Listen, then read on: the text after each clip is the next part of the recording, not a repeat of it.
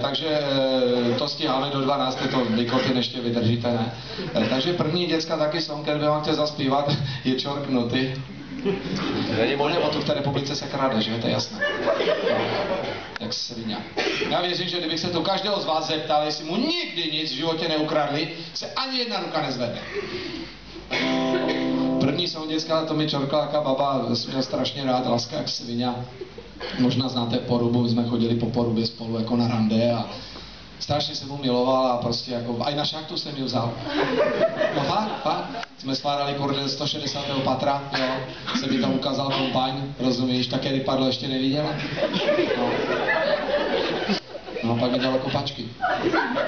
Já jsem mi složil song, rozumíš, z lásky, jo, to nepíše každý sám, jo, svoji děvuše, no, nebo jak se to skloňuje. No, děvucha, no to je podle vzoru hra, takže děvuše. Rozumíš, jako já jsem jí taky fajný song. A co ona zrobila? Ona normálně mi to čorkla, rozumíš, jo? Normálně mi to čorkla a zdrhla mi s takým tím zrzavým hlenem z Jirska, jo? No, co se klameš, no jasné, no. A teraz bere jako jednu zlatou sošku za druhou, rozumíš, a moje prachy. No, takže já bych vám chtěl zaspívat, jak ten song je v originále, bo v originále se to jmenuje Markéta. No jo.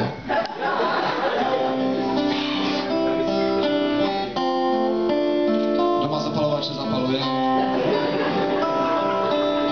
Jestli to má nějaká baba pod prsenky, hází po Rudově pod prsenky.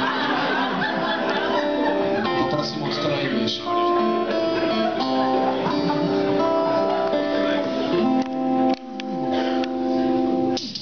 Šel jsem z dolu. Ty vás hastí to kurva.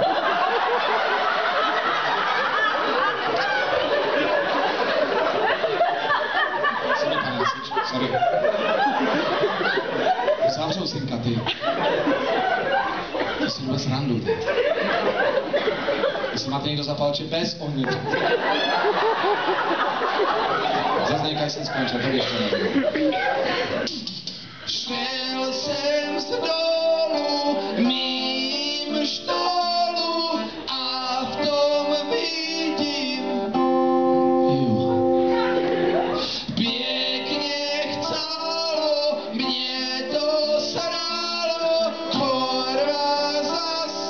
zmoknu. Tylko promočené kolíky z tvrdé, už to je jasné. Už to jasné, jak zjednoní. A refren. Od děvucha, jak z hejreportu, už mi z toho stál.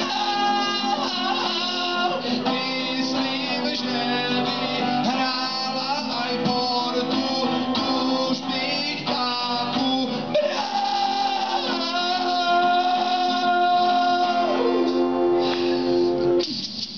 vítr fukne, ona žuchne, zlomí si haxnu. V majtkách blato, kurde čo vím na to, tuž to jí asi helfnu. Hned knízkovu házím,